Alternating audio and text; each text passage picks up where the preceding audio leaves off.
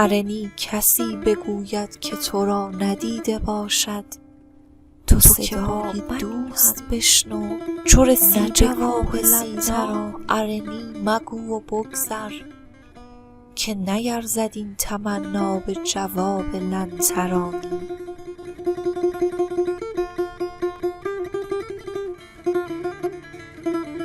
در مورد داستان درخواست حضرت موسی علیه السلام از خداوند مبنی بر رؤیت خداوند، در تفاسیری خواندم که نوشته بود که خداوند به حضرت موسی علیه السلام فرمود به کوه نگاه کن و اگر کوه در جایش ماند مرا می‌بینی، یعنی کوه با آن عظمتش و محکمی که دارد نمیتواند تاب آورد رؤیت مرا، چه برسد به انسان.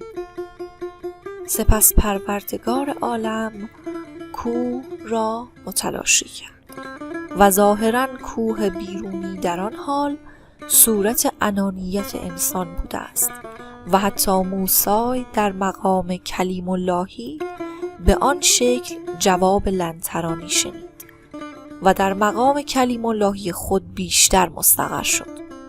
آری، به این وجوه نیز میتوان نظر داشت که گفتند حضرت موسی خطاب به خداوند در کوه طور گفت ارنی و خدا فرمود لن ترانی. حال بنگرید که بزرگان ما هر کدام در این مکالمه چه گفتند. برداشت سعدی: چو رسی به کوه سینا، ارنی مگو و بگذر که نیرزد این تمنا به جواب لن ترانی. برداشت حافظ: چو رسی به طور سینا، ارنی بگو و بگذر، تو صدای دوست بشنو نه جواب لن ترانی.